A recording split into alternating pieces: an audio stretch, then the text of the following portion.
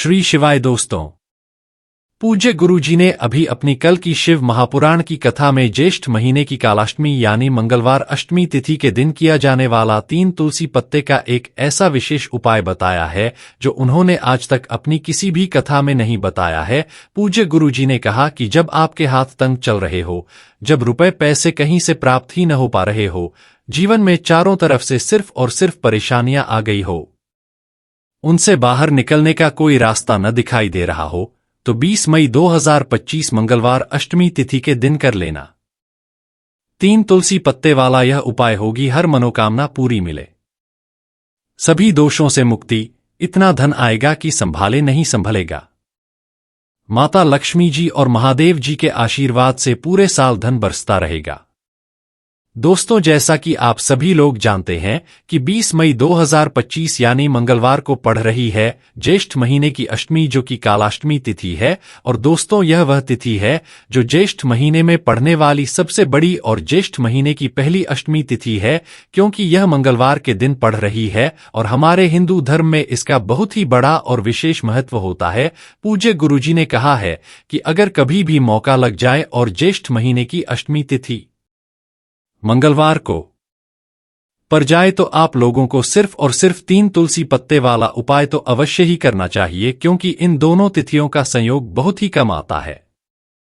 इसी के साथ दोस्तों, गुरुजी ने कहा है कि जब भी ज्येष्ठ महीने की अष्टमी तिथि पड़े तो आप लोगों को सिर्फ और सिर्फ तुलसी वाला उपाय तो अवश्य करना चाहिए। यह उपाय इतना खास है कि अगर आपने सही मुहूर्त पर सही क्रिया अनुसार 3 तुलसी के पत्ते वाला उपाय कर लिया, जो प्राचीन काल के समय का महा उपाय है, तो मान के चलिए दोस्तों, महादेव जी के आशीर्वाद से आपके जीवन का कितना ही बड़ा दुख हो उससे आपको मुक्ति मिल जाएगी। आपकी कोई भी मनोकामना हो, मान लीजिए आप नौकरी की तैयारी कर रहे थे तो आपकी नौकरी लग जाएगी, आपका बंद पड़ा व्यापार चल पड़ेगा। और दोस्तों, आप जिस बीमारी से बहुत दिनों से परेशान थे उस बीमारी से आपको मुक्ति मिल जाएगी। आपके जीवन में धन आना शुरू हो जाएगा, आपके जीवन में धन आने के नए नए रास्ते खुल जाएंगे। और मान के चलिए दोस्तों, फिर आपको किसी भी प्रकार की परेशानी का सामना नहीं करना पड़ेगा। इसीलिए दोस्तों, 20 मई मंगलवार अष्टमी तिथि के दिन आप लोगों को इस वाले उपाय को जरूर कर लेना है।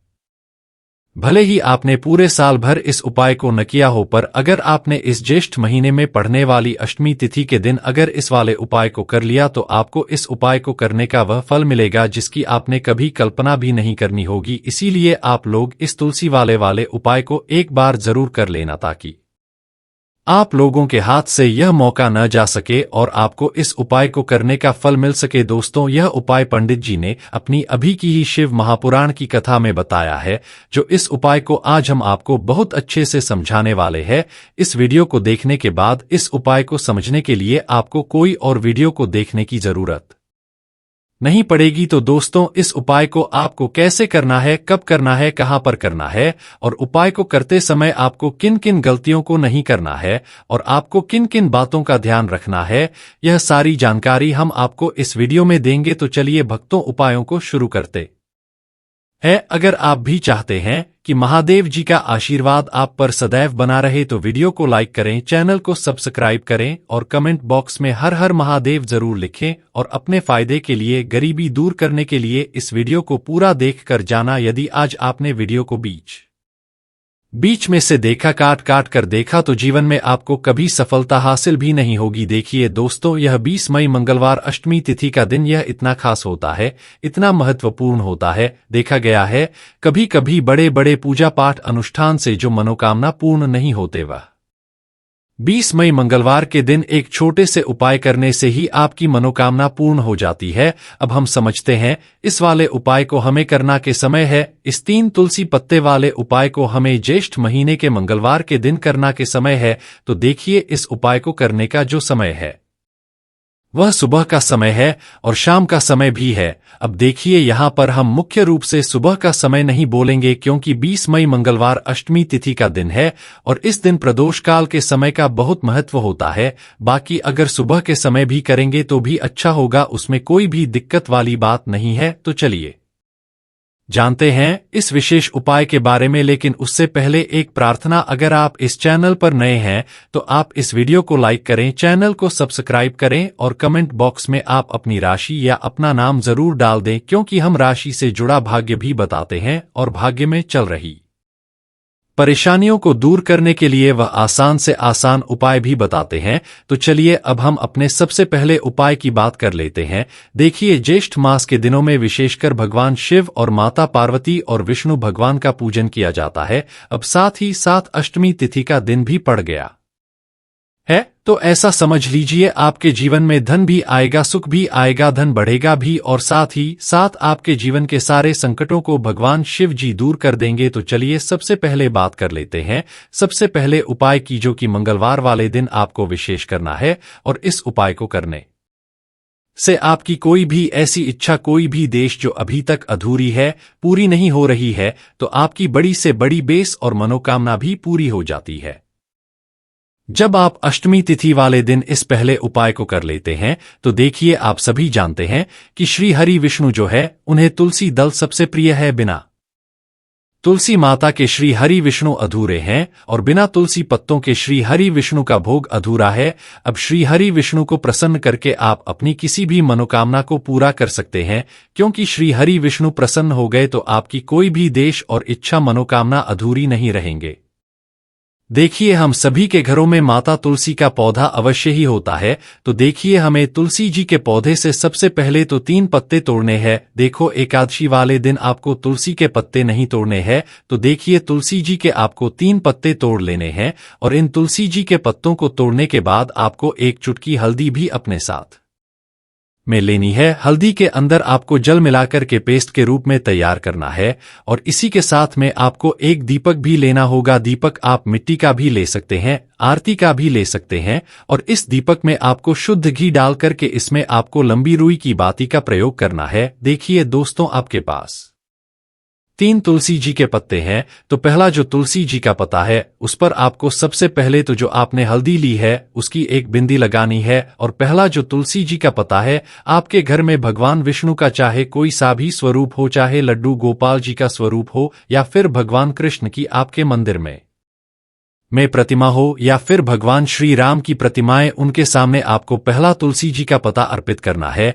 अब देखिए दोस्तों, आपके पास जो 2 तुलसी जी के पत्ते हैं और आपके पास जो एक दीपक है, इन्हें आपको लेकर के पहुंचना है अपने ही घर में तुलसी जी के पौधे के पास में। देखिए, सबसे पहले तो आपके पास जो 2 तुलसी जी के पत्ते हैं उन पर भी आपको हल्दी की एक एक बिंदी लगानी है और उन दोनों ही तुलसी जी के पत्तों को आपको अपने घर में तुलसी जी के पौधे के वहां पर ही अर्पित कर देने हैं। और इस प्रकार से यह दोनों पत्ते भी तुलसी जी के पौधे के पास में अर्पित करने के बाद अंत में जो आपके पास एक लंबी बाती का दीपक है, इसे आपको तुलसी जी के पौधे के पास में ही प्रज्वलित कर देना है। जो भी व्यक्ति अपने ही घर पर इस प्रकार से तुलसी जी के 3 पत्तों का यह उपाय कर लेता है तो उसका परिवार हमेशा खुश रहता है, उसके परिवार में कभी भी कोई भी संकट उत्पन्न नहीं होता है और यदि आपके घर में जो भी गृह क्लेश है वह भी समाप्त होते हैं। तो इस प्रकार से यह सुंदर सा उपाय करना है। अब बात करते हैं अगले उपाय की। देखो, यदि आपके जीवन में आर्थिक संकट बहुत अधिक हो रहे हैं, धन की समस्या लगातार जीवन में बनी हुई है, 1 रुपयों को प्राप्त करने के लिए आपको बहुत अधिक मेहनत कर रहे हैं, तो आज रात्रि में सोने से पहले आपको हो यह एक चमत्कारी दीपक का उपाय अवश्य करना है। या फिर यदि आपका जो व्यापार है, बिजनेस है, दुकान है, वह अच्छे से नहीं चल पा रही है, तो आज रात्रि में इस विशेष दीपक का उपाय आपको अवश्य करना चाहिए। देखो दोस्तों, दीपक हमारे घर में सभी नकारात्मक शक्ति को बाहर करता है। यह उपाय आपको साल में केवल 1 बार करने का मौका मिलता है। देखिए, इस उपाय के लिए आपको तुलसी जी की जो सूखी लकड़ी होती है उसे ले लेना है। देखिए दोस्तों, यदि आपके पास पुरानी तुलसी जी की लकड़ी है तो उसे आप ले सकते हैं और यदि आपके घर में तुलसी जी जो लकड़ी है वह सूखी हुई है तो उसकी लकड़ी आप तोड़ करके इस्तेमाल कर सकते हैं। लेकिन आपको ध्यान रखना है कि सूर्यास्त से पहले पहले ही आपको यह जो तुलसी जी की लकड़ी है इससे अवश्य ही तोड़ लेना है। तो इस उपाय के लिए आपको सबसे पहले तो एक मिट्टी का दीपक लेना होगा, चाहे तो आटे का दीपक भी ले सके, क्योंकि आटे का दीपक सभी दीपक में सर्वोत्तम माना गया है। इस दीपक के अंदर आपको ही का प्रयोग करना होगा और इससे दीपक के अंदर आपने जो तुलसी जी की लकड़ी ली है उसे भी रख देना है। लेकिन यह जो तुलसी जी की लकड़ी है इसमें आपको चारों तरफ अच्छे से घी लगा लेना है। देखिए गुरुजी ने बताया है कि जो तुलसी जी की लकड़ी है यदि आप उपाय करते हैं और बहुत ही शीघ्रता से जल जाती है तो इसके लिए आपको एक कार्य करना है। आपको थोड़ी सी रुई ले लेनी है और उस रुई को आपने जो तुलसी जी की लकड़ी ली है उस पर अच्छे से चारों तरफ लपेट देनी है। तुलसी जी की लकड़ी के ऊपर रुई लपेटने के बाद इसे आपको पूरा घर के अंदर डुबो लेना है। अब इसे आपको ही के रूप में प्रयोग करना है। दोस्तों, इस दीपक को आपको प्रज्वलित कहाँ करना है, तो इस दीपक को आपको या तो भगवान विष्णु के सामने प्रज्वलित करना होगा या फिर आपको भगवान श्री राम के सामने प्रज्वलित करना होगा या फिर भगवान कृष्ण के सामने, यानी कि भगवान विष्णु के जो भी अवतार हैं उनके सामने आप यह दीपक प्रज्वलित कर सकते हैं। या फिर आप इस दीपक को माता तुलसी जी के सामने भी प्रज्वलित कर सकते हैं। पूज्य गुरुजी ने बताया है कि जो भी व्यक्ति इस प्रकार से तुलसी जी की डंडी से यह दीप दान कर देता है उसके जीवन में कभी भी धन की समस्या नहीं होती है। इसीलिए आपको यह पूरे साल में केवल एक बार ही मौका मिलता है। इस उपाय को करके देखना, आपकी सभी इच्छाएं जरूर पूर्ण होंगी। यह जो उपाय है रात्रि में सोने से पहले करना है। यह उपाय करते सर्वश्रेष्ठ होने वाला है। देखिए, इस उपाय के लिए आपको मात्र 5 हरे मूंग के दाने ले लेना है। देखिए, तिथि है और यह मंगलवार के दिन पड़ रही है, इसीलिए आपको 5 हरे मूंग के दाने लेना है। हरे मूंग के दाने आपको साबुत लेने हैं, खंडित नहीं होने चाहिए, इस बात का ध्यान रखें। और इसी के साथ में आपको एक तांबे के पात्र के अंदर अपने घर से शुद्ध जल ले लेना है।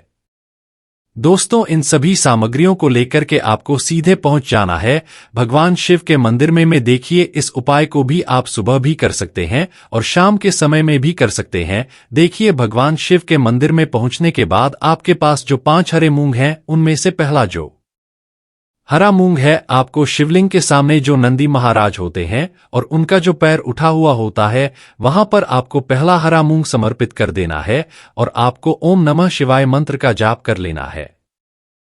फिर आपको दूसरा हरा मूंग लेना है और शिवलिंग पर जो श्री गणेश जी वाला स्थान होता है वहां पर आपको यह दूर हरा हारमोन समर्पित कर देना है, यानी कि शिवलिंग के सीधे तरफ आपको यह दूसरा हराम समर्पित करना है। और फिर आपको ओम नमः शिवाय या फिर श्री गणेशाय नमः इस मंत्र का जाप कर लेना है। तीसरा हराम मूंग का दान आपको भगवान शिव की सबसे प्रिय पुत्री माता अशोक सुंदरी वाले स्थान पर समर्पित करना होगा। शिवलिंग की जो जल आधारित होती है, जहां से जल बह के आता है, उसी जलाधारी के बीच में जो कहीं कहीं उठी हुई लाइन होती है सांप की आकृति के रूप में, वहीं पर आपको तीसरा हराम समर्पित करना है और फिर आपको ओम नमः शिवाय इस मंत्र का जाप कर लेना है। अब दोस्तों, चौथा जो हरा मूंग है उसे आपको भगवान कार्तिकेय जी का जो स्थान होता है शिवलिंग पर, वहां पर आपको यह चौथा हराम का दाना समर्पित कर देना है और आपको ओम नमः शिवाय इस मंत्र का जाप कर लेना है। अब दोस्तों, आपके पास जो 5वां और अंतिम हार्मोन बचा हुआ है उसे आपको उसे जल के पात्र के अंदर डाल देना है और इस हरे मूंग से युक्त जल से आपको भगवान शिव के शिवलिंग का अभिषेक कर देना है। जल आपको बिल्कुल धीरे धीरे समर्पित करते जाना है और लगातार आपको शिव महापुराण के मूल मंत्र श्री शिवाय नमः इस मंत्र का जाप करते रहना है। फिर आपको शिवलिंग के सामने बैठकर, यदि आप अपने बच्चों के लिए यह उपाय कर रहे हैं, यदि आप अपने बच्चों की बुद्धि, ज्ञान और विवेक के लिए उपाय कर रहे हैं तो उसके लिए आपको प्रार्थना कर लेनी है। या फिर व्यापार में वृद्धि करने के लिए यह उपाय कर रहे हैं तो उसकी कामना करते हुए आपको प्रार्थना कर लेनी है। या फिर अपनी नौकरी के लिए कर रहे हैं या फिर अपने इंटरव्यू के लिए या फिर धन की प्राप्ति के लिए कर रहे हैं, जिस भी कामना के लिए आप उपाय कर रहे हैं उसे परिपूर्ण करने के लिए आपको महादेव से प्रार्थना कर लेनी है और फिर आपको वापस अपने घर आ जाना है। पूज्य गुरुजी ने कहा है कि जो भी व्यक्ति इस उपाय को कर लेता है तो यकीन मानिए आपके जीवन की जो सारे संकट, कष्ट और बाधाएं हैं वह सभी समाप्त होंगे। दोस्तों, हम जान लेते हैं चौथे चमत्कारी उपाय के बारे में, लेकिन यह उपाय विशेषकर उन लोगों को करना है जिनका व्यापार बिल्कुल भी ढंग से नहीं चल पा रहा है या फिर जिनके घर में धन की परेशानी बहुत अधिक है, साथ ही साथ जिनका जो बुध ग्रह है वह कमजोर अवस्था में है, तो उन्हें यह उपाय करना चाहिए। बुध ग्रह को मजबूत करने के लिए आपको विशेषकर यह उपाय करना है। देखिए, इस उपाय के लिए आपको मात्र एक प्यारी सी बेलपत्र लेनी होगी। बेलपत्र जो है वह कहीं से भी खंडित नहीं होनी चाहिए। बेलपत्र यदि आपको प्राप्त नहीं हो पाती है तो आप भगवान शिव के शिवलिंग पर चढ़ी हुई बेलपत्र को पुण्य शुद्ध जल से धोकर के उपयोग कर सकते हैं। इसी के साथ में आपको मात्र एक हरा मूंग लेना है। हरा मूंग भी आपको साबुत लेना है, खंडित नहीं होना चाहिए। और इसी के साथ में आपको एक तांबे के पात्र के अंदर शुद्ध जल लेना होगा। अब देखिए, ये तीनों सामग्री लेकर के आपको सीधे पहुंचना होगा भगवान शिव के मंदिर में। यह उपाय आप सुबह से लेकर के शाम तक किसी भी समय कर सकते हैं। देखिए, सबसे पहले तो आपके पास जो एक बेलपत्र है उससे आपकी जो भी कामना है, चाहे व्यापार से जुड़ी हो, बुद्धि ज्ञान विवेक की प्राप्ति के लिए हो, आपके घर में सुख शांति को लेकर आपकी कोई कामना हो, जो भी आपकी कामना है उन्हें आपको बोलना है। और यह जो एक बेलपत्र है सबसे पहले तो आपको माता अशोक सुंदरी वाले स्थान पर समर्पित कर देनी है। देखें, बेलपत्र की चिकनी साइड शिवलिंग से स्पर्श रहेंगी और इसकी जो डंडी है वह आपको जलाधारी की ओर रखनी है। इस प्रकार से आपको यह जो बेलपत्र है इससे माता अशोक सुंदरी वाले स्थान पर समर्पित कर देना है। आप दोस्तों, आपके पास जो एक हराम का दाना है उससे आपको आपकी जो भी कामना है उसे बोलते हुए उस हरे मूंग दाने को आपको उसे जल पात्र के अंदर डाल देना है। अब दोस्तों, यह जो हराम मूंग युक्त जल है इसे आपको समर्पित करना है। आपकी जो भी कामना है, चाहे आपका जो व्यापार है वह अच्छे से नहीं ही चल पा रहा है, तो इस प्रकार से आपको कामना करनी है। और यह जो हरी मूंग से युक्त जल, इसमें से थोड़ा सा जल सबसे पहले तो आपको भगवान श्री गणेश जी वाला स्थान पर समर्पित करना है। फिर थोड़ा सा जल आपको माता अशोक सुंदरी वाले स्थान पर समर्पित करना है। और फिर जो अंत में थोड़ा सा जल और बचेगा उसे पूरा आपको भगवान शिव के शिवलिंग पर धीरे धीरे अर्पित कर देना है। श्री शिवाय नमः इस मंत्र का जाप करते हुए तो इस प्रकार से आपको थोड़ा थोड़ा जल समर्पित करना है। थोड़ा सा जल आपको भगवान गणेश जी वाले स्थान पर, फिर माता अशोक सुंदरी वाले स्थान पर, फिर अंत में भगवान शिव के शिवलिंग पर अर्पित कर देना है। आपकी जो भी समस्या होगी वह विघ्नहर्ता आपकी समस्या को समाप्त जरूर करेंगे। अब हम बात कर लेते हैं तीसरे उपाय की। के लिए आपको लेना है 11 चावल के दाने। गुरुजी ने कहा है चावल के दाने खंडित नहीं लेने हैं, बिल्कुल साबुत होने चाहिए। उसके साथ में आपको लेना है एक बेलपत्र। बेलपत्र का भी नियम है, अगर आपके पास बेलपत्र नहीं है तो आप शिवलिंग से उठाकर उसको पुनः शुद्ध जल से धोकर इस्तेमाल कर सकते हैं। इस प्रकार आपको बेलपत्र लेना है। इसके बाद आपको एक लोटा जल लेना है। अब यह सब सामग्री लेकर आपको जाना है महादेव के मंदिर में। देखो, अब आपको उत्तर साइड में खड़े हो जाना है और सबसे पहले आपको एक बेलपत्र अपने हाथ पर और 11 चावल दालें रखकर शिवलिंग के ऊपर अपना नाम और गोत्र बोलते हुए समर्पित कर देना है। और ओम नमः शिवाय श्री शिवाय नमः स्तूप उद्यम का लगातार जहां करना है। अब आपको जो एक लोटा जल साथ में लेकर आए थे उसे धीरे धीरे बेलपत्र और चावल दालें के ठीक ऊपर आपको समर्पित करते जाना है। और शिव पुराण के मूल मंत्र श्री शिवाय नमस्ते ब्रह्म का 11 बार जाप करना है और अपनी मनोकामना बोलते जाना है। देखो, बस छोटा सा उपाय करना है, देखना एक दिन आपके सब काम बनने लग जाएंगे। गुरुजी का बहुत ही विशेष उपाय है। चलते हैं तीसरे उपाय की तरफ। आपको लेना है एक गोल बात का दीपक। आप चाहे तो मिट्टी का ले सकते हैं या फिर घर से शुद्ध घाटा मानकर उसका दीपक आप तैयार कर सकते हैं। इसके बाद आपको लेना है शुद्ध गाय का घी। अगर वह नहीं है तो कोई भी देसी घी इस्तेमाल कर सकते हैं, जिससे आपको दीपक प्रज्वलित करना है। देखो, अब यह सब सामग्री लेकर आपको जाना है प्रदोष काल में आपके घर पर तुलसी जी के घेरे के पास में। देखो, यह उपाय तो आपको अवश्य करना है। देखो, वहां पहुंचकर सबसे पहले वह दीपक आपको प्रज्वलित कर देना है और ओम नमो भगवते वासुदेवाय नमः का 11 बार जाप करना है। उसके बाद आपको अपने सीधे हाथ में थोड़ी हल्दी लेकर उस दीपक में अपना नाम और गोत्र बोलते हुए डाल देना है। उसके बाद माता लक्ष्मी से आपको प्रार्थना करना है कि है महालक्ष्मी, हमारी सभी दुख तकलीफों को दूर करो, हे महादेव हमारे सब दुख कष्टों को खत्म करो। इस भावना से आपको यह उपाय करना है। तो दोस्तों, यह थे पूज्य गुरुजी द्वारा बताए गए कुछ विशेष उपाय।